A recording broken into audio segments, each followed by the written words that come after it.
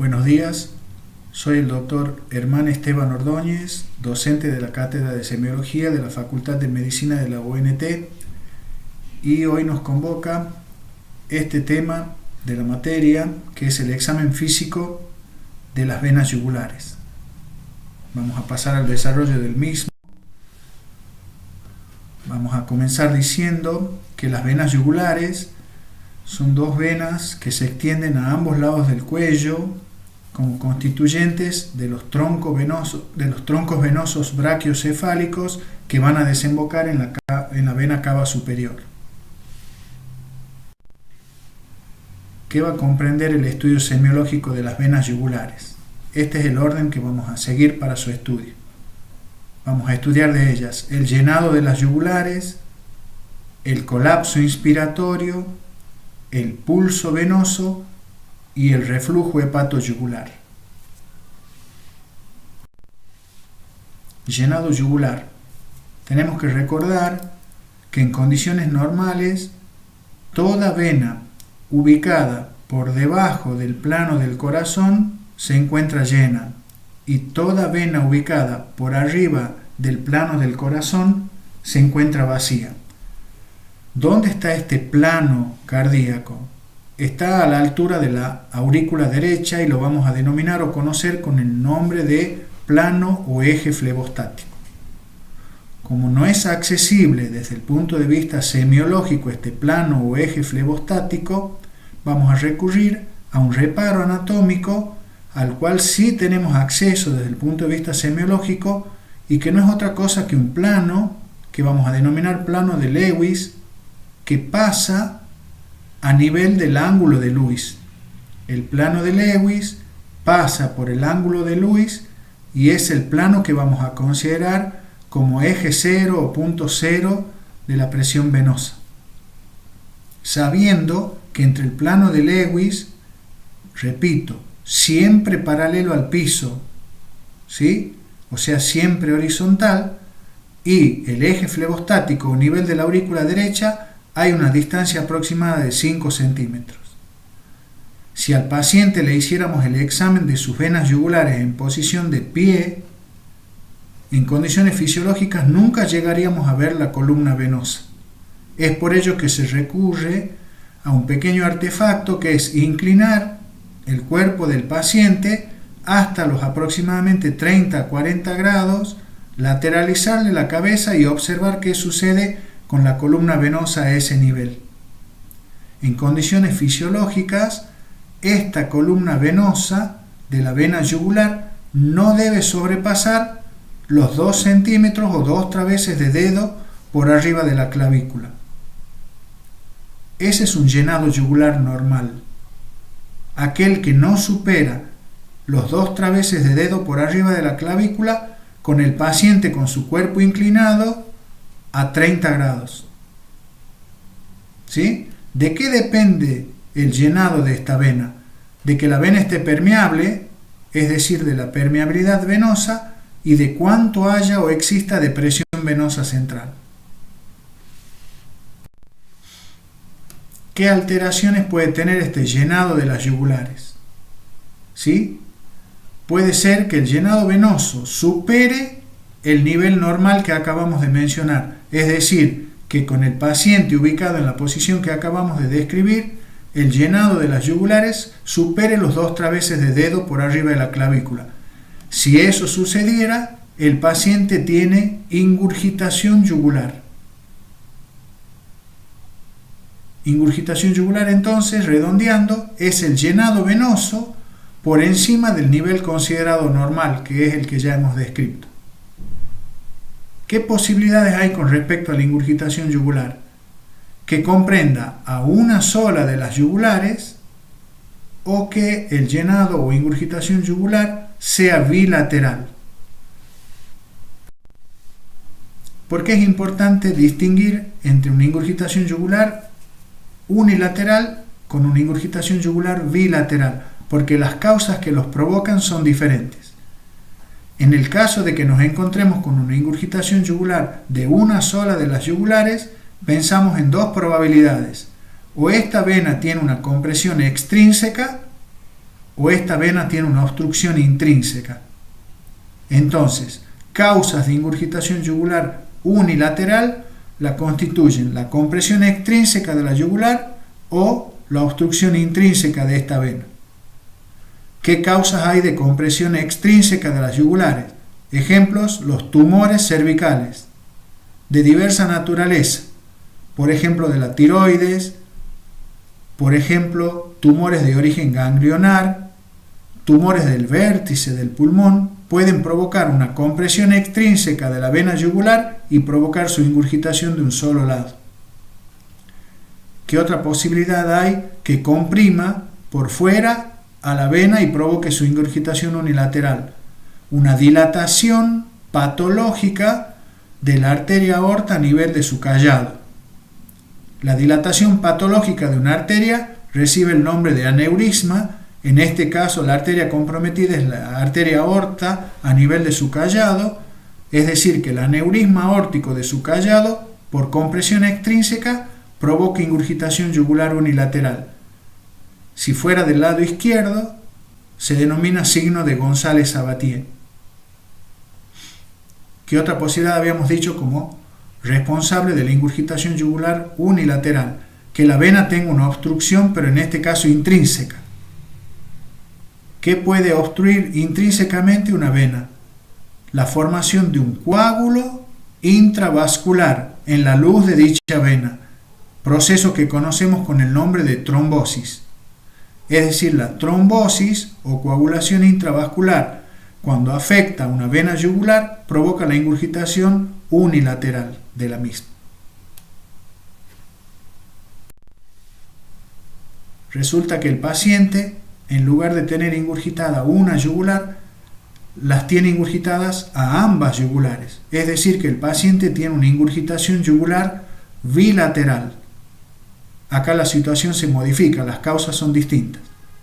Esta ingurgitación yugular bilateral puede tener causa venosa, puede tener causa cardíaca o puede tener una causa no cardiovascular.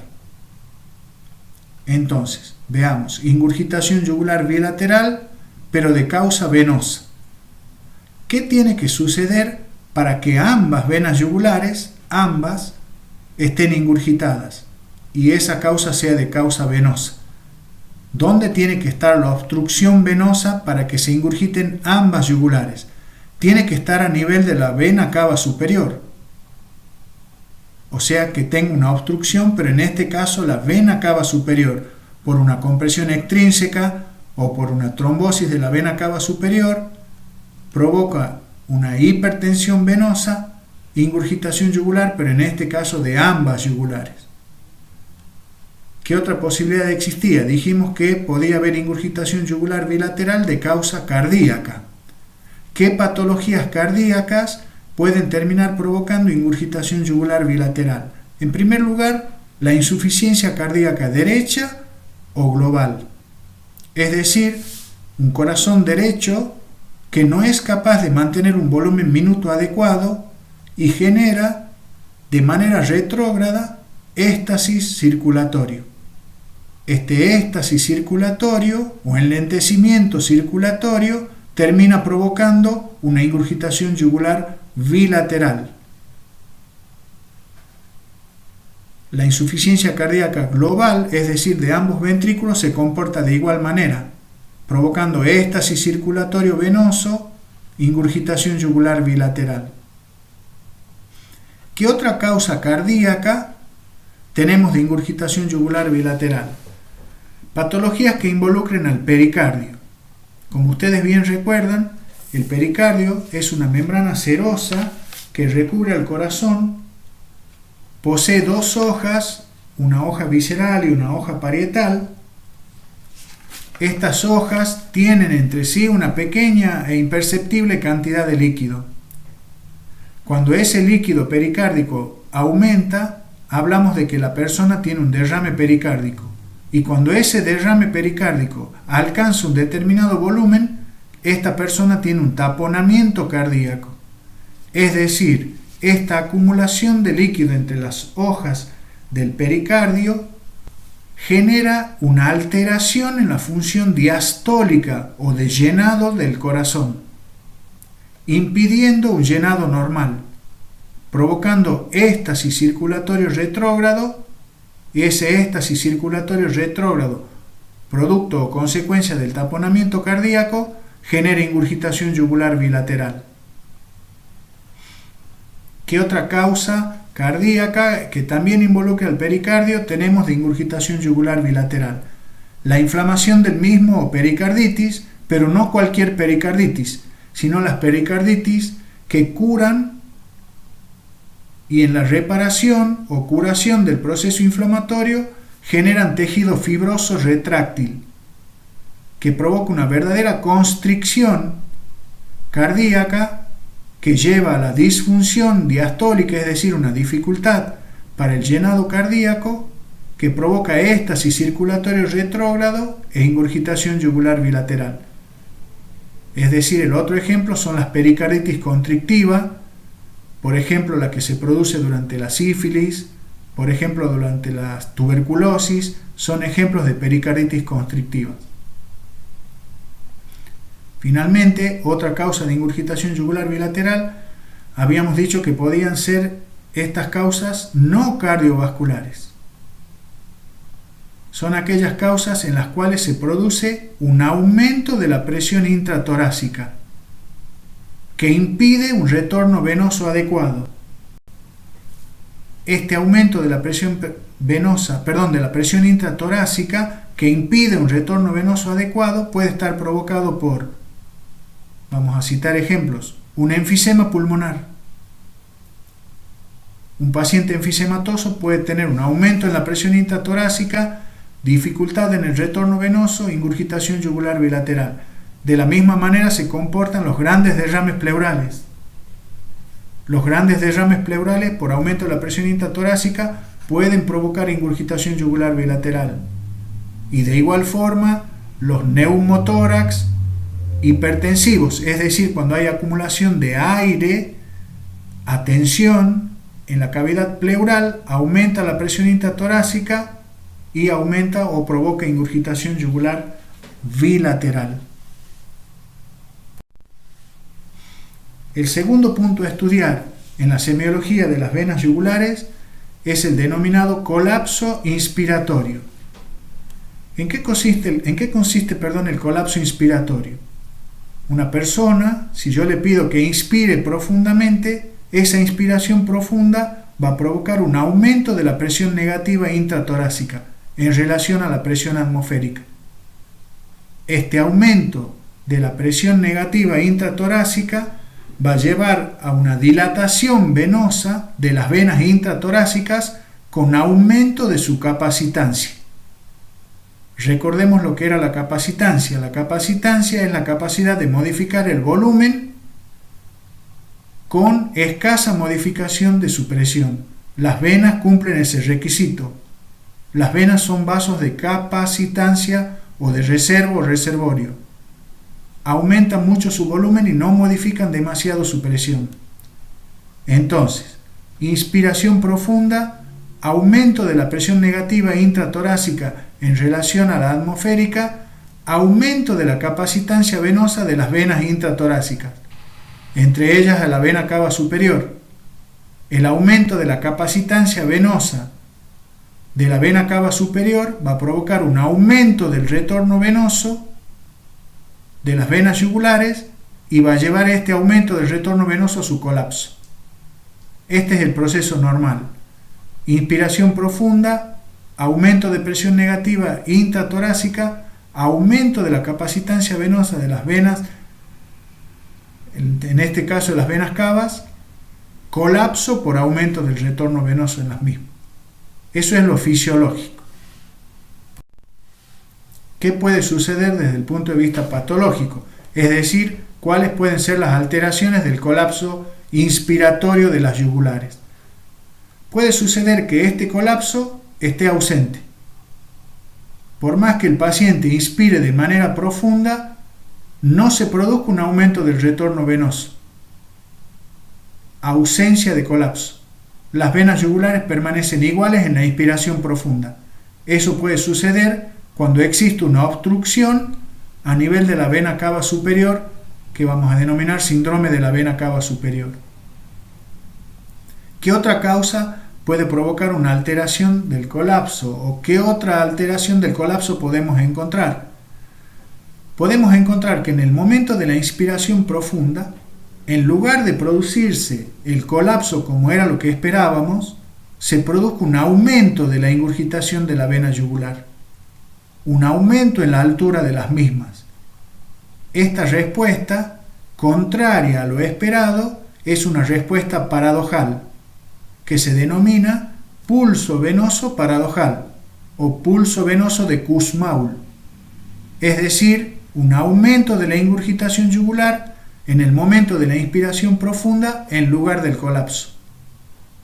Eso puede suceder en dos patologías: en el taponamiento cardíaco, que ya hemos mencionado en qué consiste, y en la pericarditis constrictiva, la cual también ya hemos descrito. En ambas patologías, esta dificultad diastólica que tienen estas patologías para no permitir un retorno venoso adecuado, terminan provocando, con el aumento del retorno venoso, un aumento de la altura de la ingurgitación. Eso se va a denominar pulso venoso paradojal. Finalmente, la última alteración del colapso que podemos encontrar es el colapso mínimo, es decir, que se produzca una leve disminución de la altura de las yugulares durante la inspiración profunda.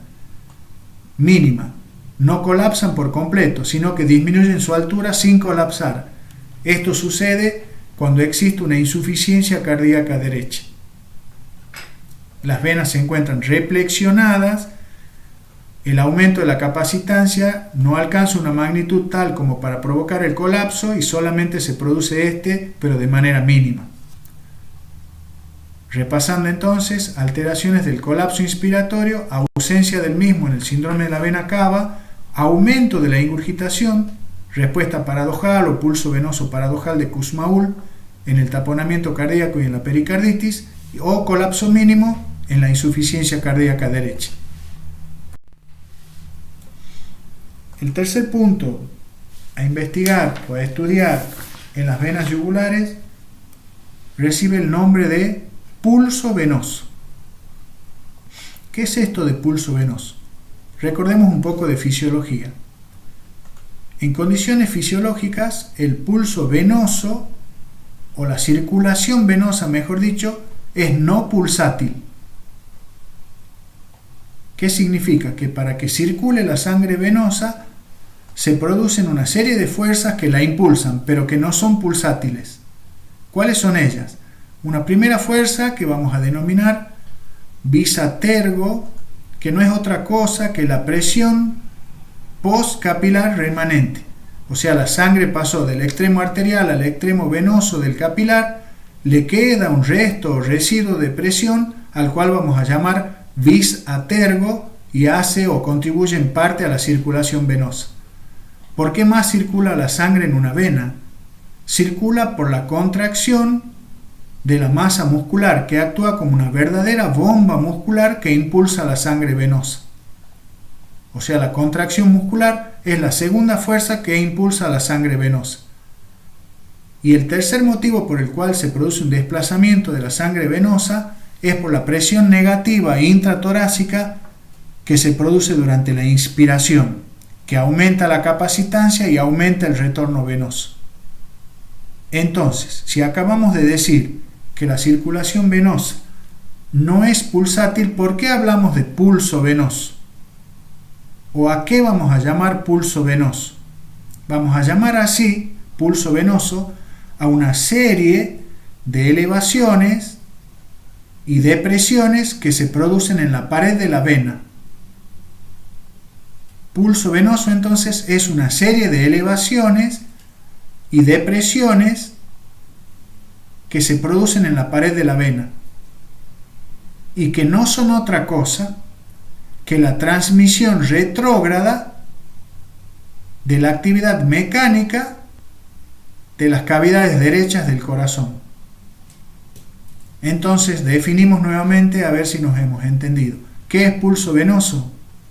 Es una serie de elevaciones y depresiones que no son otra cosa que la transmisión retrógrada hacia las venas de la actividad mecánica de las cavidades derechas del corazón. A eso vamos a llamar pulso venoso. ¿Qué otra consideración vamos a tener con el pulso venoso? Vamos a decir que está formado por elevaciones y depresiones. De estas elevaciones, las más importantes a considerar, o la más importante a considerar, va a ser una diastólica que se denomina onda A del pulso venoso, ¿sí?, que corresponde a la sístole auricular. Y de las depresiones, la más importante es una que se produce durante la sístole ventricular y que vamos a denominar colapso X. ¿Dónde vamos a ir a buscarlos a estos eventos? En la yugular del paciente, en el extremo distal de la columna venosa. Es donde se hacen más ostensibles o visibles. Es decir, yo lo pongo al paciente en la posición adecuada, le lateralizo la cabeza y observo el extremo de la columna venosa en búsqueda de estas elevaciones y depresiones. Simultáneamente le tengo que tomar el pulso arterial. ¿Por qué debo hacer esa comparación entre el pulso arterial y el pulso venoso? Al pulso venoso lo miro, al pulso arterial lo palpo. ¿Por qué? Si ustedes recuerdan, durante la sístole, en el pulso arterial, que es esto que está representado acá, una curva de presión ventricular, durante la sístole, que es esto que está entre el primer y el segundo ruido, la sístole, durante la sístole el pulso arterial sufre una elevación. Por eso lo llamamos positivo. A diferencia del pulso venoso, que durante la sístole, que es este periodo que va entre los dos ruidos cardíacos, durante la sístole el pulso venoso, a diferencia del arterial que tenía una elevación, tiene una depresión. ¿Qué más podemos decir entonces? Comparando esto, que el pulso venoso es en condiciones fisiológicas negativo en relación al pulso arterial. Es decir, que tiene una depresión sistólica y no una elevación sistólica como tenía el pulso arterial. Dicho esto, vamos a mencionar cuáles son las alteraciones más frecuentes del pulso venoso. Puede que suceda que yo, mientras observo el extremo de la vena yugular, observe durante la diástole, es decir, no coincidiendo con el pulso radial, que es sistólico, una onda A, que era una elevación del pulso venoso, pero la observe de características gigantes, es decir, de mucha mayor amplitud o altura que lo normal.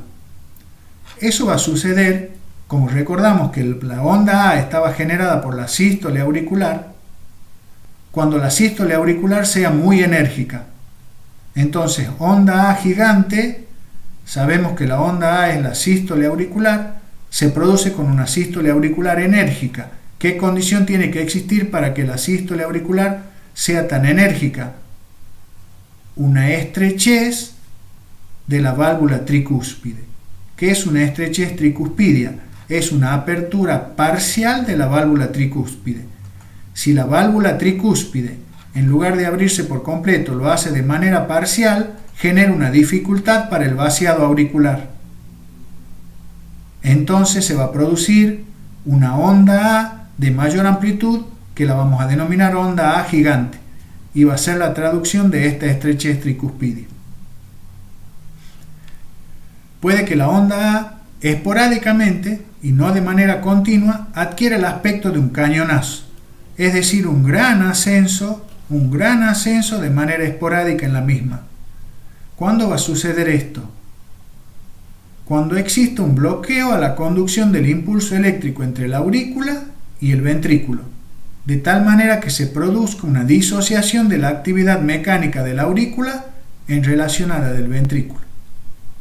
El sistema cardionector, por diversos motivos, se encuentra en este momento bloqueado. Genera una disociación de la actividad auricular con respecto a la actividad ventricular. Cada una de ellas va a tener una actividad mecánica independiente. por un lado la aurícula, por otro lado el ventrículo. Eso se produce en los bloqueos auriculoventriculares completos. Pero en algún momento puede que haya una concordancia de la contracción de la aurícula con relación a la contracción del ventrículo. En ese momento de la concordancia de la contracción auricular con la ventricular, en el pulso venoso puedo observar una onda A que voy a denominar en cañonazo, de gran amplitud o altura. Entonces, onda A en cañonazo en bloqueos auriculoventriculares completos, pero con concordancia de la contracción auricular con la contracción ventricular. ¿Qué otra posibilidad hay con relación a las alteraciones de la onda A? Que la onda A no la encontremos, no la veamos en el extremo de la columna venosa, esté ausente. ¿Qué significa? Que no hay una sístole auricular efectiva como sucede en la fibrilación auricular. La fibrilación auricular es una arritmia en la cual existe una contracción totalmente asincrónica de las fibras musculares auriculares. Por lo tanto, no existe una verdadera sístole auricular y la onda A se va a encontrar ausente. Onda A ausente, el primer ejemplo, la fibrilación auricular. O cuando exista algo que impida la transmisión retrógrada de ese fenómeno mecánico que era la sístole auricular hacia las venas yugulares. Por ejemplo, una obstrucción o síndrome de la vena cava superior que actúe impidiendo la transmisión retrógrada de la actividad mecánica de la aurícula y por lo tanto ausencia de onda A. ¿Qué otra posibilidad puede tener el pulso venoso con relación a lo normal? Que el pulso venoso, de ser negativo como habíamos descrito, es decir, que tenía una depresión durante la sístole, a partir de ahora tenga una elevación en la sístole. Es decir, que el pulso venoso se transformó en positivo. Se produce una arterialización del pulso venoso. Ahora, en lugar de ver un colapso sistólico, cuando observo la yugular, veo una elevación sistólica. ¿Qué ha sucedido para que esto pase? La válvula tricúspide no se ha cerrado por completo. Es decir, que la válvula tricúspide tiene una insuficiencia valvular. ¿Qué es una insuficiencia valvular? Es el cierre incompleto de una válvula, en este caso la válvula tricúspide. ¿Cuándo debía estar cerrada la válvula tricúspide? Debía estar cerrada en condiciones normales durante la sístole ventricular. Si ahora por cualquier motivo está abierta, se produce la sístole ventricular, en este caso derecha, la presión ventricular es mayor que la auricular, se produce un reflujo del ventrículo a la aurícula y de la aurícula hacia las venas cavas, porque su desembocadura no es valvulada, y de las venas cavas a las venas yugulares. Repito, insuficiencia o cierre incompleto de la válvula tricúspide, sístole del ventrículo derecho, reflujo de sangre de una cavidad de mayor presión como el ventrículo derecho hacia una de menor presión como la aurícula derecha, y de ahí a las venas cavas y de las venas cavas a las venas yugulares, que se produce en ellas una expansión sistólica que constituye lo que denominamos pulso venoso positivo. El último de los puntos a considerar en el estudio semiológico de las venas yugulares lo constituye el reflujo hepatoyugular. Acá yo voy a hacer una compresión manual, uni o bimanual, del hipocondrio derecho, o la puedo hacer con el puño, también a nivel de la región axilar inferior, comprimiéndolo fuertemente, intentando provocar un reflujo, como el nombre lo indica, de sangre desde el hígado hacia las venas yugulares. ¿Qué sucede cuando hago esto? Hago una presión sostenida sobre el hígado, o sea, sobre el hipocondrio derecho, y observo las yugulares. En condiciones normales se produce un ascenso que no dura más de unos 10 segundos y posteriormente se produce un descenso de la altura de las yugulares. Si ese ascenso inicial persiste en el tiempo y dura más del tiempo estipulado, de aproximadamente 10 a 15 segundos, yo digo que la persona tiene reflujo hepatoyugular positivo. O sea, en condiciones fisiológicas, la compresión hepática genera reflujo hacia la yugular, pero muy transitorio, de menos de 10 segundos.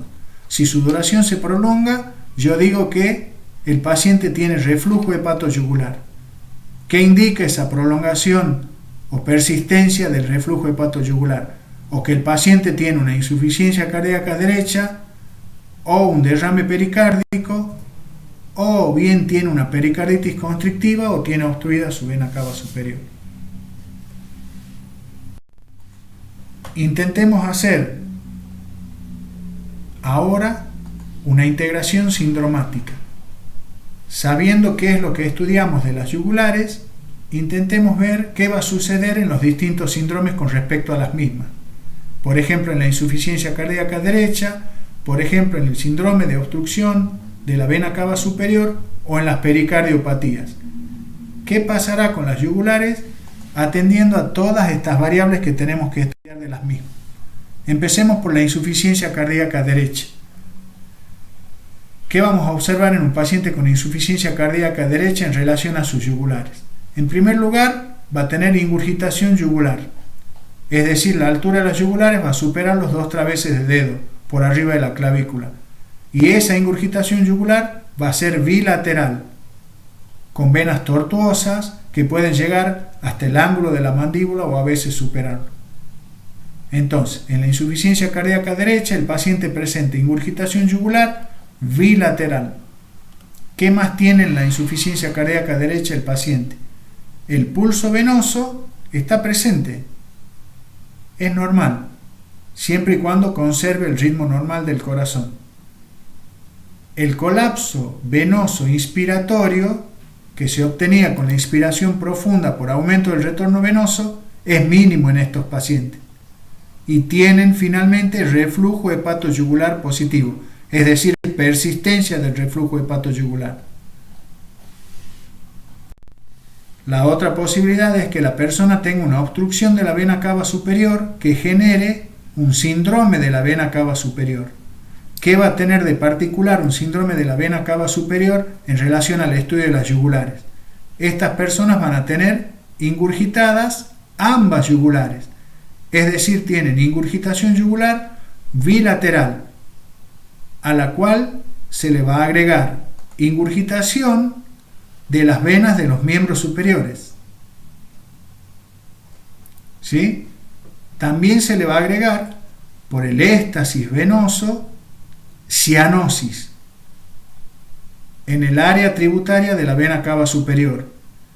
Y por el mismo mecanismo, por éstasis venoso y aumento de la presión hidrostática, se le va a agregar edema en el área tributaria de la vena cava superior. Como esta área abarca la cara, el cuello y la porción superior de los hombros, a este edema, por similitud, se lo denomina edema en esclavina. La esclavina era una porción de las armaduras de los hombres de la Edad Media que abarcaba la cabeza, la cara y los hombros y el cuello. Por comparación al edema del síndrome de la vena cava se lo denomina edema en esclavina. ¿Qué más tiene de particular una persona con un síndrome de la vena cava superior o sus yugulares? No tienen pulso venoso. Hay un impedimento a la transmisión retrógrada de la actividad cardíaca derecha hacia las venas yugulares. Por lo tanto, no hay pulso venoso.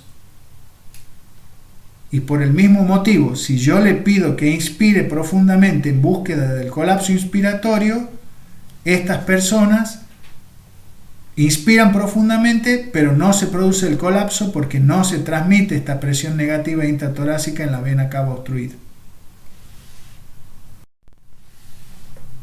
En las pericardiopatías que hemos mencionado, taponamiento cardíaco y pericarditis constrictiva, también nos encontramos con ingurgitación yugular bilateral, nos encontramos con un pulso venoso particular que vamos a llamar paradojal o de Kussmaul, que consistía en el aumento de la ingurgitación yugular durante la inspiración en lugar del colapso y van a tener reflujo hepatoyugular positivo.